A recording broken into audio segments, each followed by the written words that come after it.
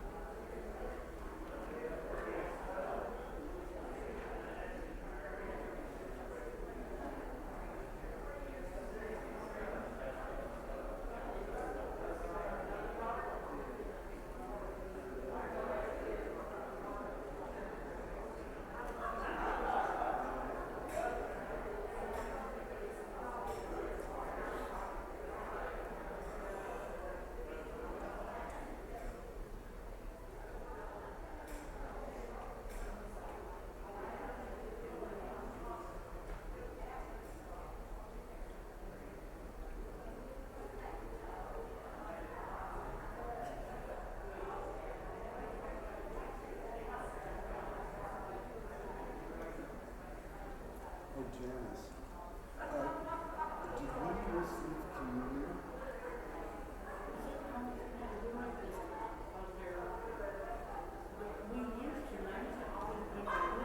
Okay. Oh, that's right. I mean, will somebody come back here, you know?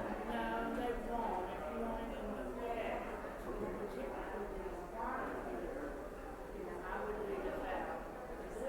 Right, right. Things are so much different now.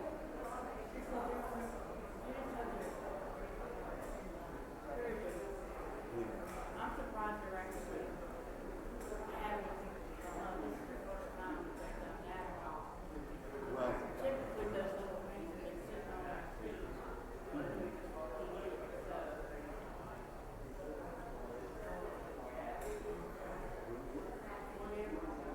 Right, right.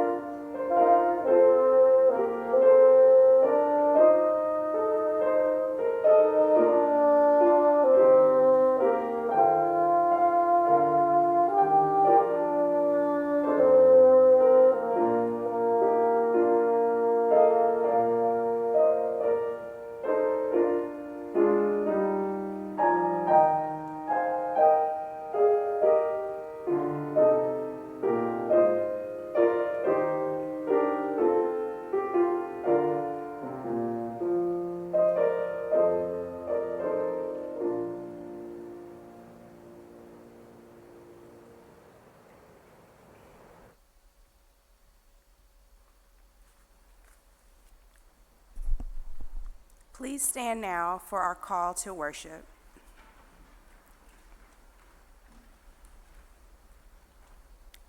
Come now, all who thirst. And drink the water of life. Come now, all who hunger. Come now, all who seek.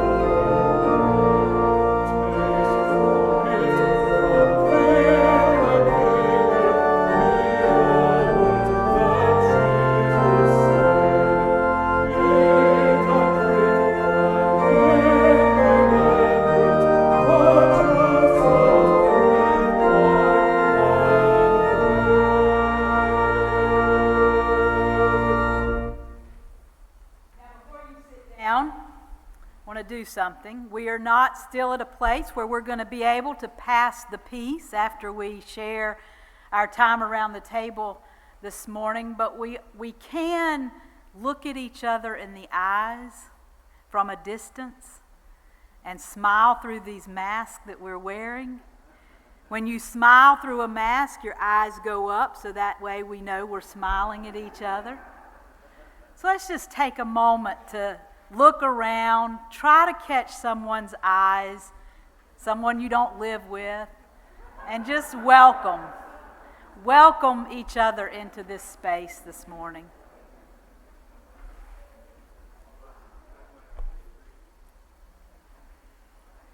Thank you. You can be seated. Now, don't you feel better? Just feel like you're here now with one another. As we offer our prayers this morning, we bring to one another our joys and our concerns.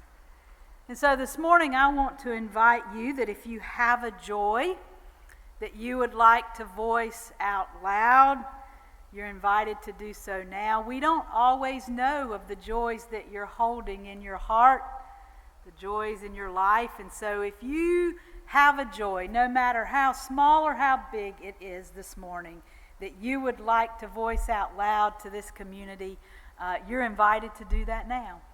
I have a new job. All right. Yeah. They are new great-grandparents, and we are new grandparents. Congratulations. Yes.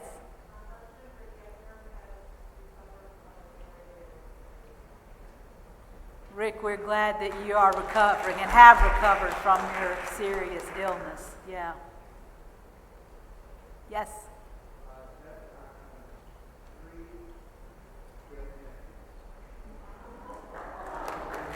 Dave and Jeff have 3 great nephews. That is something to rejoice in. Yes, Jim. We have only one new grandbaby. That is right. Tell us the grandbaby's name, Jim. August Lennon. The bee. And everybody's doing well. Other joys you'd like to share? Yes, Jim. I am grateful that my wife's compound fracture is healing nicely. Nice. Annette, it's good to see you. We rejoice in that. Yes, Cynthia. Yes. I'm grateful that my grandson is doing well still, and I have successful cataracts. Very good. Nice. We're glad. We rejoice with you, Pam. Pam's grandchild was born fairly premature, number of weeks early, and so we are so grateful that he is doing well now, Pam. Other joys you'd like? Yes.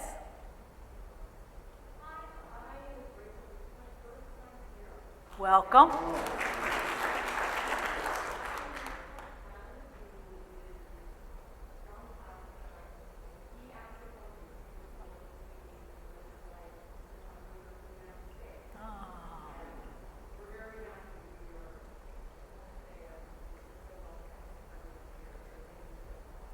Thank you. Thank you. You are indeed our special guest this morning. Other joys? I have one joy. This summer, the Pullen Orchestra has two wonderful new members, one in Jim Finsterly, who you heard play today, and then last week, Mike Stewart. So we are grateful for persons who've moved into town and who've come to join us. Very good.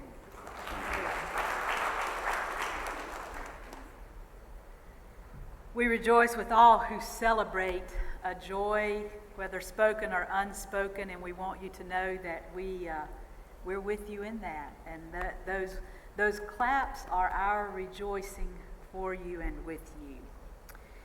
If you have a concern that you would like to voice out loud, we would love to hear those as well. Nancy, I have one. Many of you know my wife, Cindy, is the organist for the First Church of Christ Scientists 2 blocks away from here.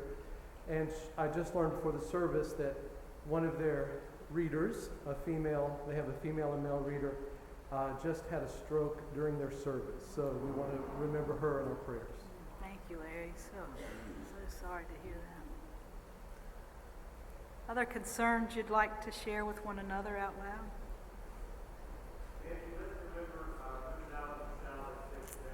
Yes. Richard Allen, who was to Acolyte today, is a little sick today, so we want to pray for Richard Can Allen. I share a concern? Yes, please do. My mother has recently undergone treatment for her second bout of breast cancer, and she was in remission. Now it's come back, so she is currently undergoing treatment for that. And I have not seen her now in 2 years. So, I'm just praying that me and her grandchildren get to see her sometime soon. We will hold that in our prayers, Jennifer. Linda, your sister's recovered. Okay. Well, thank you for sharing that. Other concerns? Yes, Pam. Wow. We will pray for your aunt.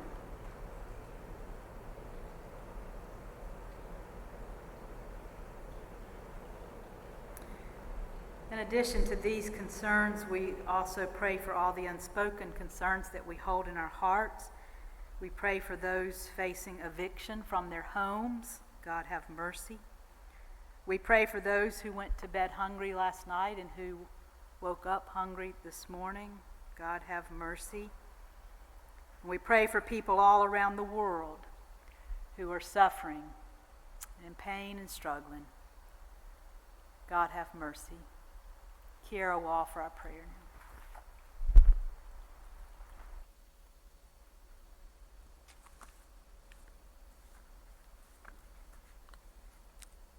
The God who we live, breathe, and have our being. God before and God behind, God for us and God for your own self. Maker of heaven and earth, creator of sea and sky, governor of day and night, we give thanks for your ordered gift of life to us, for the rhythms that reassure, for the equilibriums that sustained, for the reliabilities that curb our anxieties. We treasure from you days to work and nights to rest. We cherish from you days to control and nights to yield. We savor from you days to plan and nights to dream. Be our day and our night, our heaven and our earth, our sea and our sky, and in the end, our true home. Amen.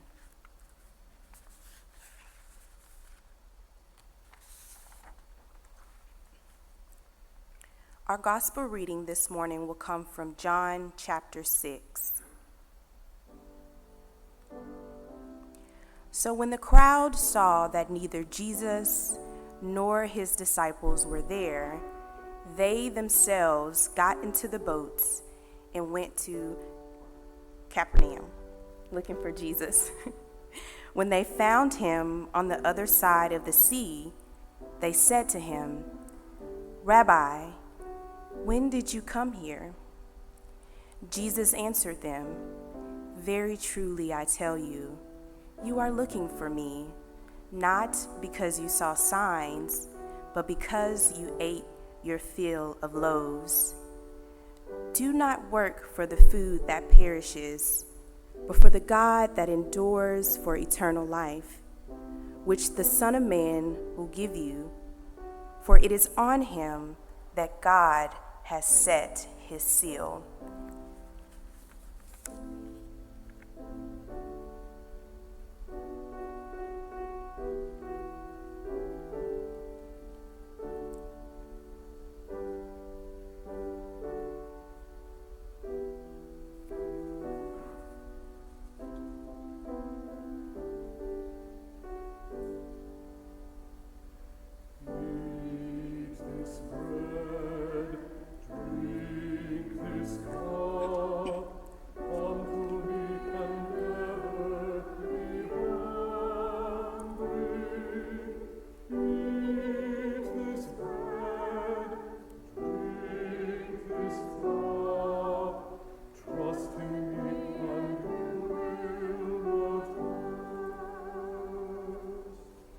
Then they said to him, "What must we do to perform the works of God?"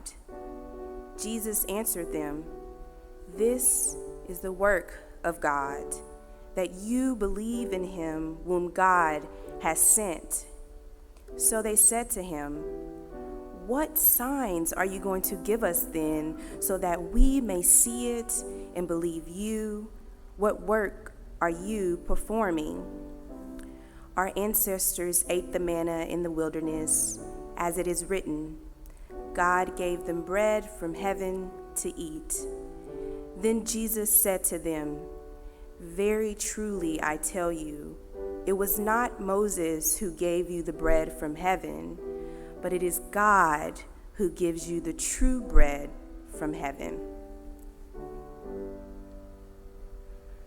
Eat this bread, drink this cup, come to me and never be hungry.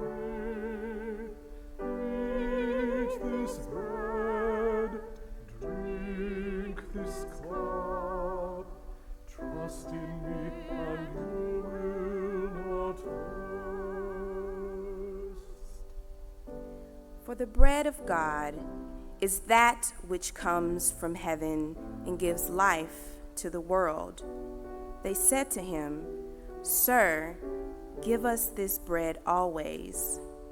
And Jesus said to them, I am the bread of life. Whoever comes to me will never be hungry, and whoever believes in me will never be thirsty. Eat this bread, drink this cup, come to me and never be hungry. Eat this bread, drink this cup, trust in me and you will not thirst. Eat this bread, drink this cup, come to me and never be hungry. Eat this bread, drink this cup, trust in me and you will not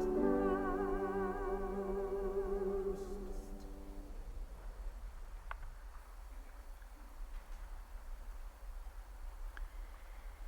In June of 1980, country singer Johnny Lee released the song Looking for Love in All the Wrong Places. It was released as part of the soundtrack to the film Urban Cowboy. How many went to see that film? All right, we have a few. The song rose to number 1 for a 3-week period on the Billboard Hot Country Singles chart and was a number 5 Billboard Hot 100 hit as well. The song is now recognized as a standard in country music. No, I'm not going to sing it to you this morning, but it is praised by country fans like myself and critics alike. Looking for Love was certified gold in the same year, 1980, for shipments of 1 million units by the Recording Industry Association of America. The lyrics, it would seem, connected to listeners from all walks of life, speaking a truth that is all too familiar. I spent a lifetime looking for you. Single bars and good time lovers were never true. Playing a fool's game, hoping to win, and telling those sweet lies and losing again. I was looking for love in all the wrong places. Who hasn't been there? Some 2,000 years earlier, in a time and space quite different from 1980s America, an itinerant rabbi wrote his version of this song. Instead of looking for love in all the wrong places, his song was about looking for life in all the wrong places. Yes, while Lee sang of looking for love in single bars and good time lovers, the rabbi's lyrics spoke of looking for life in empty signs and a kind of food that leaves us hungry. Whether looking for authentic love or abundant life, Lee and Jesus caution us about turning to all the wrong places for love and life. Our culture, our American culture, throws all kinds of things at us about what makes for a good, meaningful, purposeful life. T-shirts with images that proclaim the good life. Branding messages about this product or that product that will for certain make your life happy.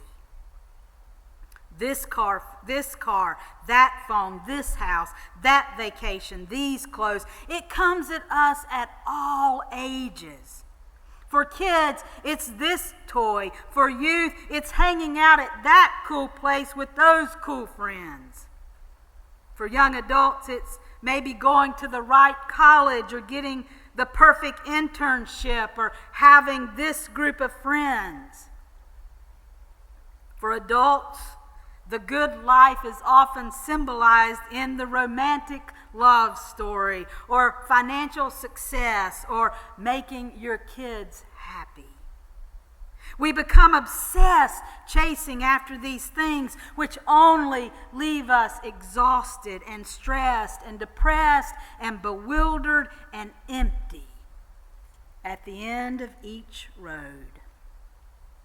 We even play this scenario out in our search for faith, hoping that this faith experience will bring us the life we are looking for. We try this church only to be disappointed with its worship. We go on this spiritual retreat, returning home feeling that high from being on the mountaintop, only to hit the lowest of low valleys 2 days later when we realize the laundry is piled up and no one else is going to do it. And nothing has changed at our stressful workplace. In desperation, we turn to Oprah's reading list to see which spiritual guru will lead us to the secret of a happy and fulfilling and meaningful life. In a sense, this is where we find the crowd in our lectionary text this morning. Not so much with Oprah's reading list in hand, but definitely looking in all the wrong places for the life they desire. Our text plainly states that they're looking for Jesus, and they are. But what are they really looking for? Jesus says to them, I know you're looking for me, not because you saw signs, but because you ate your fill of the loaves. But I have to wonder if what the crowd is really looking for is what Jesus can do for them, signs or no signs. If we look back at the events in the fourth gospel leading up to this story, we get a glimpse of some of the things the crowd has seen, has heard about, and experienced from Jesus. He had turned water into wine at the wedding in Cana. He had caused a scene in the temple, disrupting the money changers who were taking advantage of the worshipers. He had had an encounter with Nicodemus, in which Nicodemus was questioning him about all these signs and his authority. He had baptized people in the Judean countryside, adding to his growing entourage of groupies. The crowd had heard of his encounter with the Samaritan woman at the well and how he had told her about this kind of living water, a kind of water that would never leave her thirsty again. They all knew the story of how Jesus had healed the royal official's son who lay ill in Capernaum. Obviously, they knew how by the pool at the sheep gate in Jerusalem, he had healed the blind and the lame and the paralyzed. And then, just prior to our text, Jesus feeds a large crowd with 5 barley loaves and 2 fish. Given all of this, I have to wonder if the question here for the crowd and for us is, was the crowd searching for Jesus, or were they searching for what Jesus could do for them? The difference is subtle, but significant.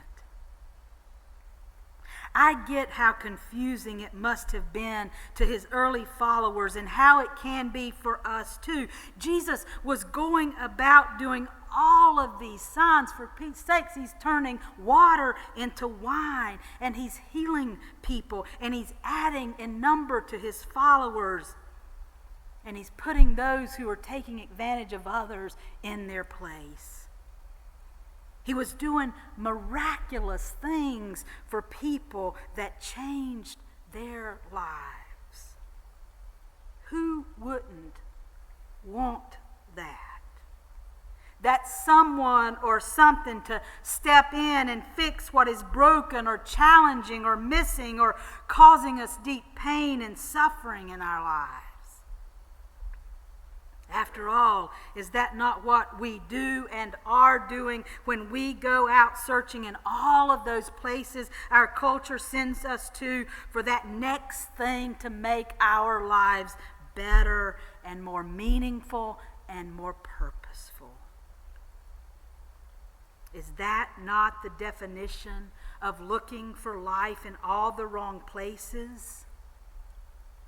Instead of recognizing that what we need most for a meaningful and purposeful life is to connect to the source that gives us life.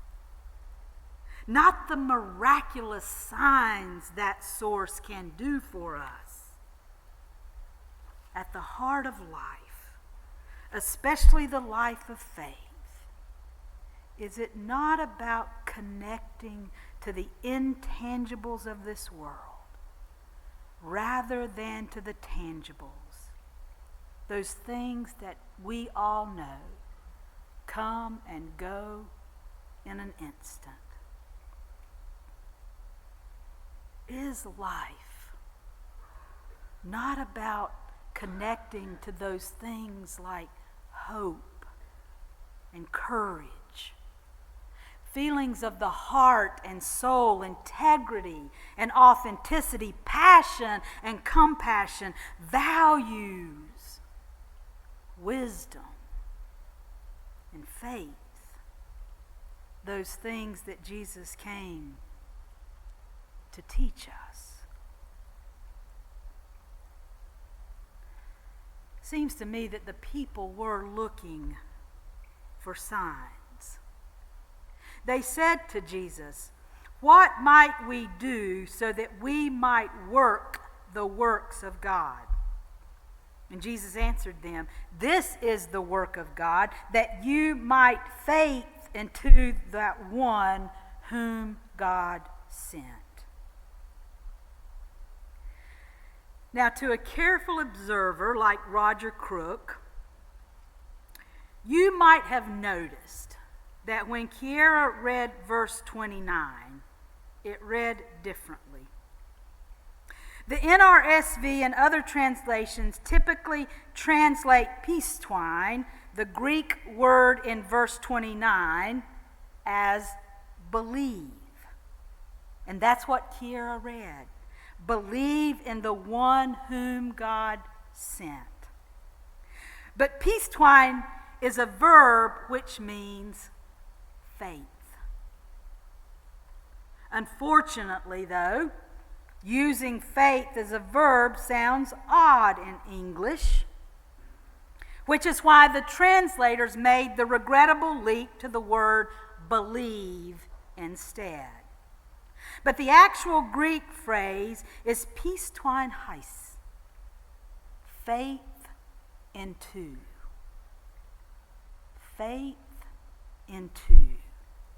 The fourth gospel uses this phrase 26 times in his gospel. It does not mean believing things about Jesus, the signs he can perform. It means rather to faith into, to trust into Jesus, which is an orientation of one's entire being and self. In other words, it's not about the signs. It's not about the water becoming wine. It's not about the blind seeing and the lame walking. It's not about what Jesus can do, but rather about our willingness as his followers to faith into, to trust into everything that he came to teach us. Said another way, searching for Jesus is about faith and trust, not about searching for the next sign that he can perform, that can do something for us. When we simply look for the outward signs for a meaningful and purposeful life,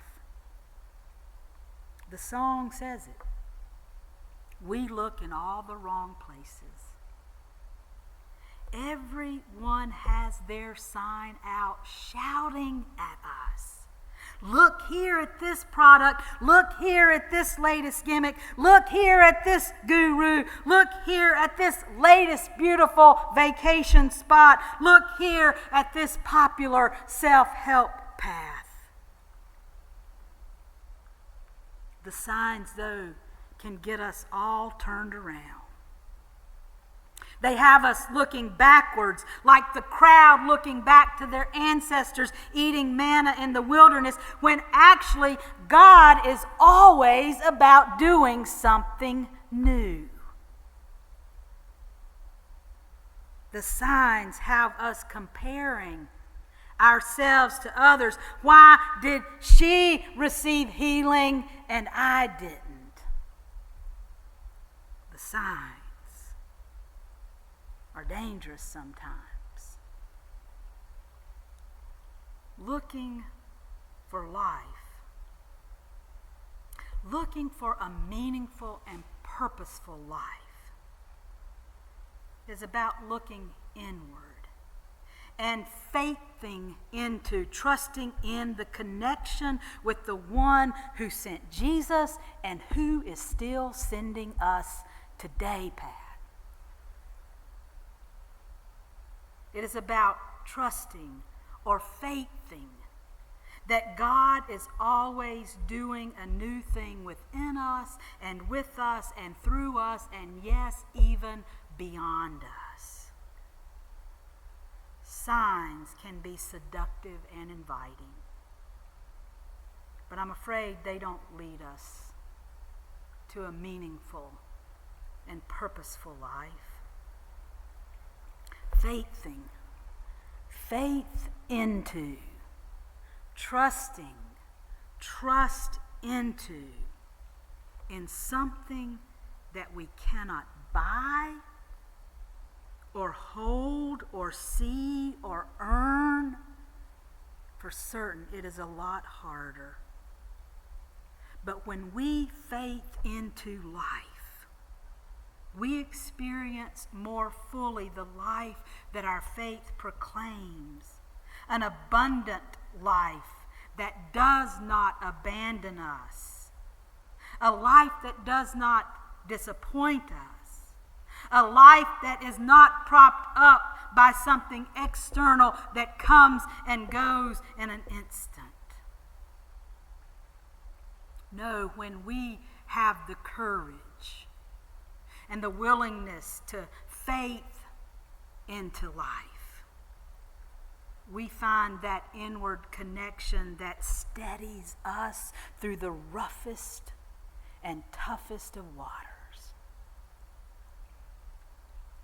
I believe that Jesus never intended his message to be about signs he performed or believing in him.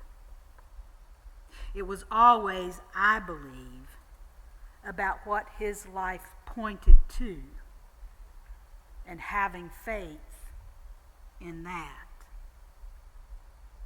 And what is that? Loving God. Loving one another. Seeing the face of God in each other. Caring for the poor and the vulnerable among us. Pursuing what the prophets pursued. Justice, love. It is in these places that we discover life, meaningful and purposeful life. Life is not found in things, no matter what all the branding companies in the world will tell you. We say we know this. You're sitting there saying, Nancy, I know this. But do we really? Do we really, Sarah? A quick audit of what we own and how we spend our time might shed some light on where we're looking for life. If you have the courage this afternoon to do that audit, don't let it guilt you or shame you. Rather, see it as a way to faith into a new way of life and living. To faith into and to trust into the one who calls you the beloved and who welcomes you just as you are. If you are looking for life, look inside your heart. Look into your neighbor's face and be willing to see the face of God. Look around your city and in your community and see where people are hurting and suffering and go and sit with them. Look for examples of courage. Look at where God's grace is holding you right now in this very moment. Look for those places in your life where you have put your faith and trust in the one who from the very beginning has called you and is still calling you beloved. There, where your heart and soul connects to God's heart and soul, is the place where you will find life. Little more is needed for a meaningful and purposeful life. We come to this table hearing these words that Kiera read earlier. I am the bread of life. Whoever faiths into me will never be hungry. And whoever faiths into me will never be thirsty. Jesus is not the bread of life because of what he can do for you or me or us. Jesus is the bread of life because he was the beloved of God and he came on this earth and lived that belovedness more than any other person in history. We come to this table searching not for what Jesus can do for us. We come to this table in search of the life that he taught us to live today. A life that is constantly pointing us to the places that affirm that we, all of us, every single one of us, are God's beloved. And that when we faith into that love, we find life, and we find it abundantly.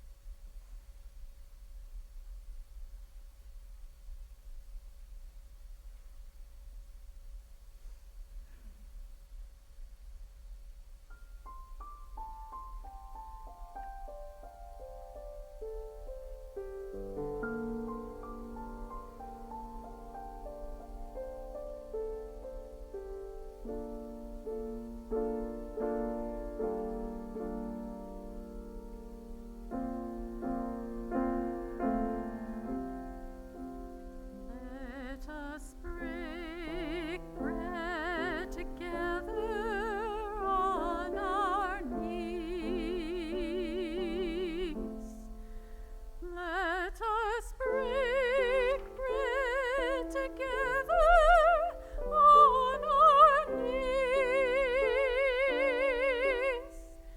When I fall on my knees with my face to the rising sun, oh Lord, have mercy on me.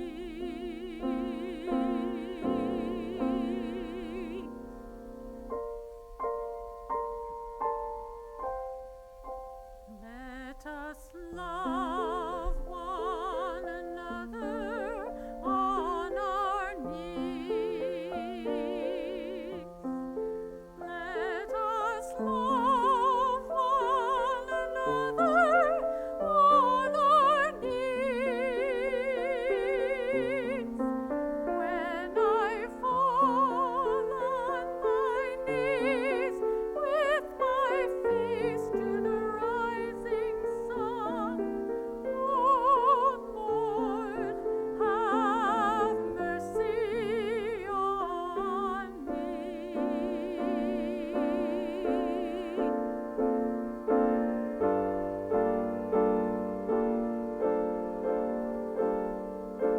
Lord, have mercy.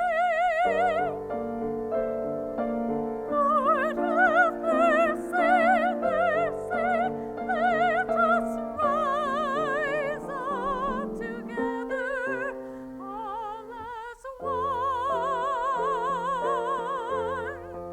Let us rise up together, all as one.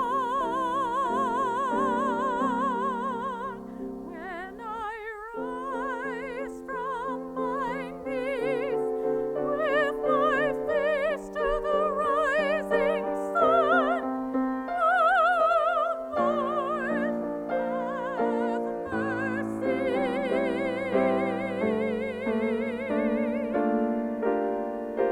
Oh Lord, have mercy.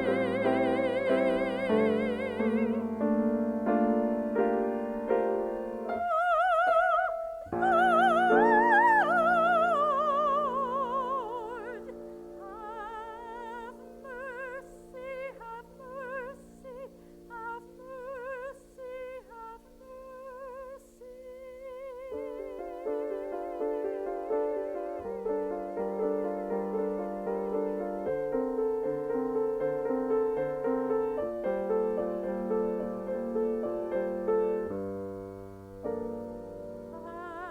and bring us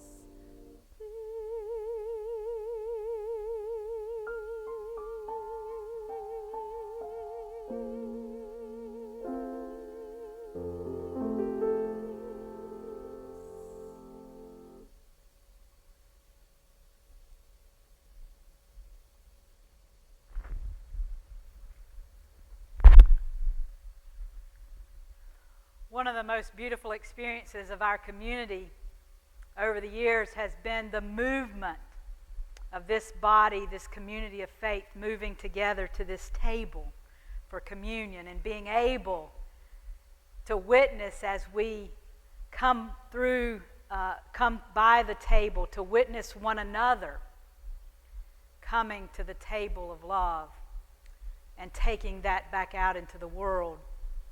It's been a long time since we've been able to have that movement in our community, to come to the table together, to be able to see the faces as they walk past us of our fellow sojourners, our fellow Pullenites.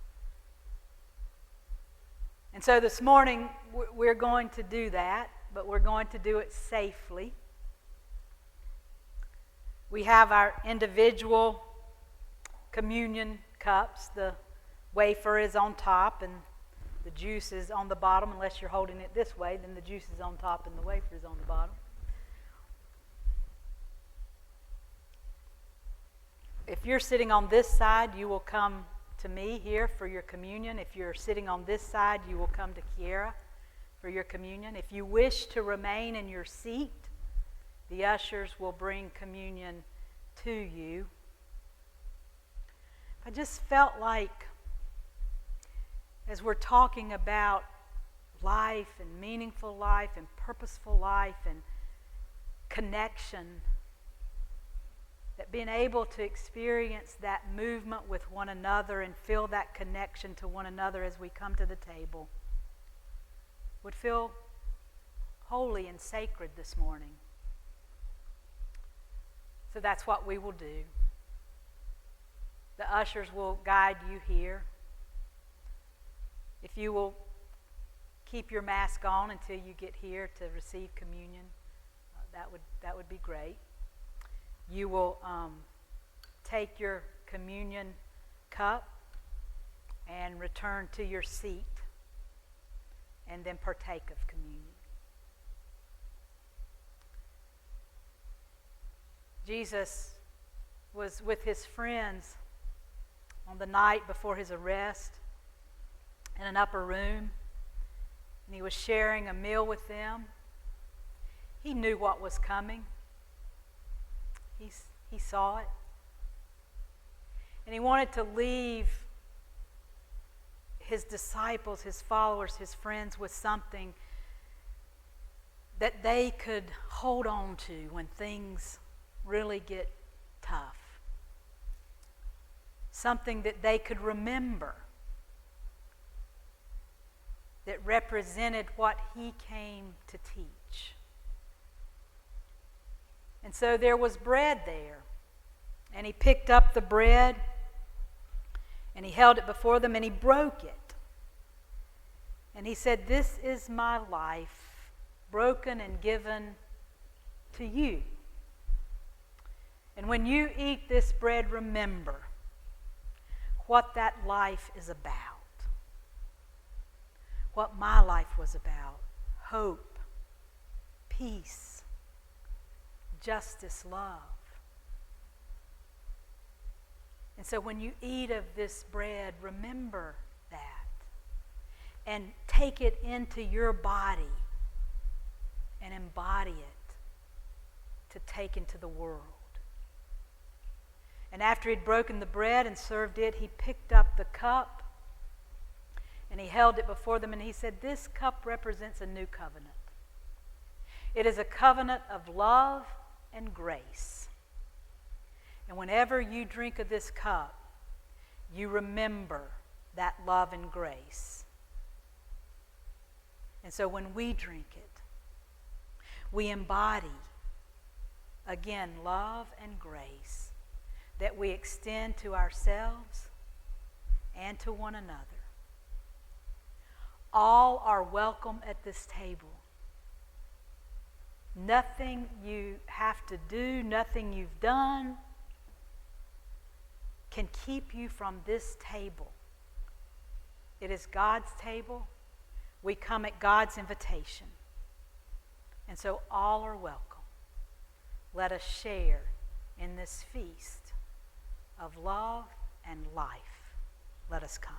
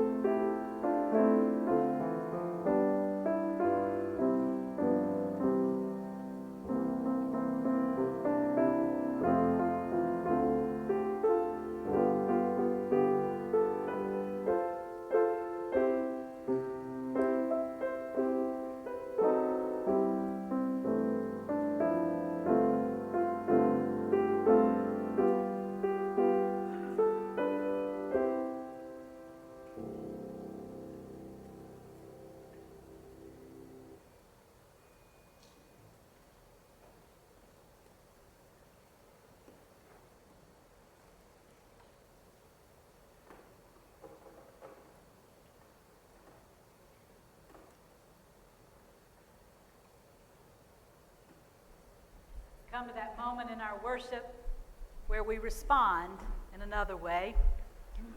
If you're here looking for a church home, a family, a community of faith in which to be on this journey of faithing into love, faithing into that connection that we have with God and one another.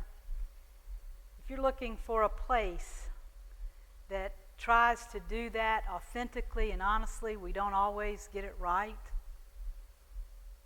But we're here and we try to be faithful. And there's a lot of grace in this place. If you're looking for a place like that to join others, we would be more than honored to welcome you as a member into this church as we stand and sing our hymn.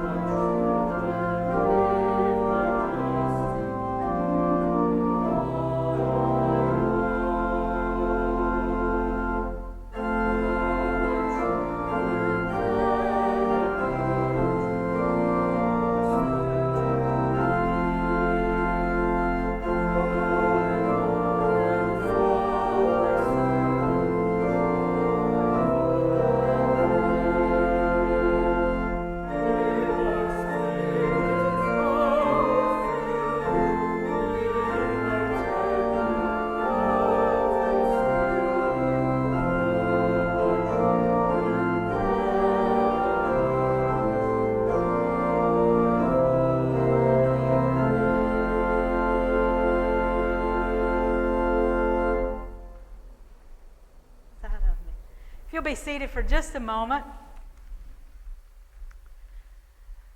I want to introduce to you Tanya Rivera. Tanya and I have spoken over this pandemic period of time. This is actually the first time we're seeing each other face to face, though, and so it's wonderful to see her. And she has been worshiping with us online and is here and is asking for membership into this community of faith and to these friends. And so you now see them. Look closely, though, Tanya. Make sure now that you see their faces that this is what you want to do. And I know it is. You have been on this journey with us already. And so we want to welcome you into Pullen as a member of this church. And so I would ask you, Tanya, if you're willing to offer yourself to us, your gifts that God has given you, your most authentic questions and wisdom and just your life with us. Allow us to be with you in that, to nurture one another in the faith, to share this journey with one another, to allow us to share our gifts with you and for us to grow together in this faith. If you're willing to make that covenant with all of these beautiful people, will you say, I do? I do.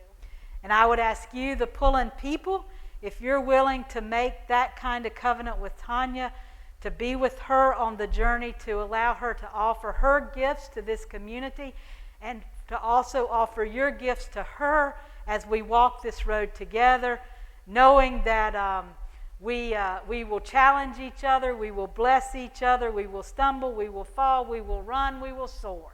We will do all of those things together. But to really be authentically faith family to one another. If you're willing to make that covenant with Tanya, will you say, we do?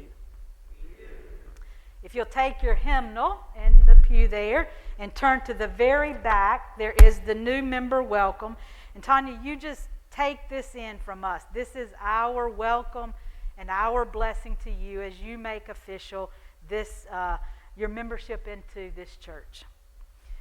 Striving to give witness to an all-inclusive God and finding our grounding in the life and teachings of Jesus, we seek together to build a community that is open to all. We welcome you with love, care, and support that is ever embracing. Blessed by your presence and enhanced by your gifts, we journey together in the spirit that we are ever becoming. Welcome. If you'll sit there with Frank, and some folks will want to come by and welcome you, Tanya, as they leave. Just remember, we're not shaking hands or giving real embraces quite yet, but please do come by and welcome Tanya and speak to her.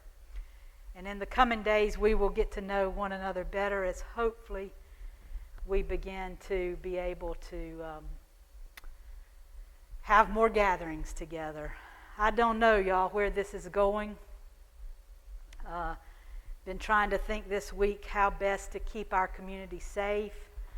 For now, we will continue to have in-person worship on Sunday morning. That may change as we move into the fall and know what's happening. But for right now, we will continue our in-person worship on Sunday as long as everyone is masked. And we hope that, and we encourage those who attend in person to be vaccinated persons. But we know that some people are not able to take the vaccine as well, and so that's why we wear our mask and keep our hands washed and keep our space from one another that we're supposed to.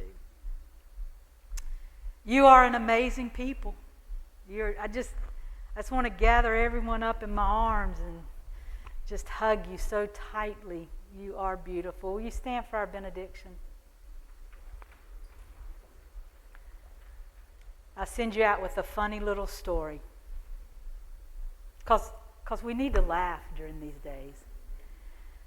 So this week, I knew I had to order some more communion cups. And so Kiara, we got on the internet and we found them. We were going to try some different ones from the last ones we ordered because those wafers seemed a little stale to us. So we were going to try something new. So we went to another company and we ordered 500 little cups. They came. We had them overnighted because, we didn't want to not show up today and have communion. So they came and I opened them on Wednesday just because I'm like that. I want to see what it is. And I was in my office and I opened it up and I drank the juice and I thought, well, the wafer was just as stale as the last one. But then I opened the juice and I thought, wow. They said Concord grape juice. But that's not the kind of grape juice I'm used to having out of Welch's grape juice. So I took one to Larry, who was down in his office, and I said, does this taste like grape juice to you? And he took one swallow and he said, oh, my head's buzzing. He said, that's wine. And I said, do you think so? I said, it does. It tastes like wine. And he says, oh, I'm feeling funny. And so I took one up to Lucy, our church administrator, and I said, Lucy, does this taste like wine to you? And she said, definitely, it's wine. So we got on the internet and realized that there were two options: Concord grape juice or sacramental wine. And they had shipped us the sacramental wine. Nancy, Yes. my mother is watching from Tulsa, Oklahoma this morning. It was just this much of the wine.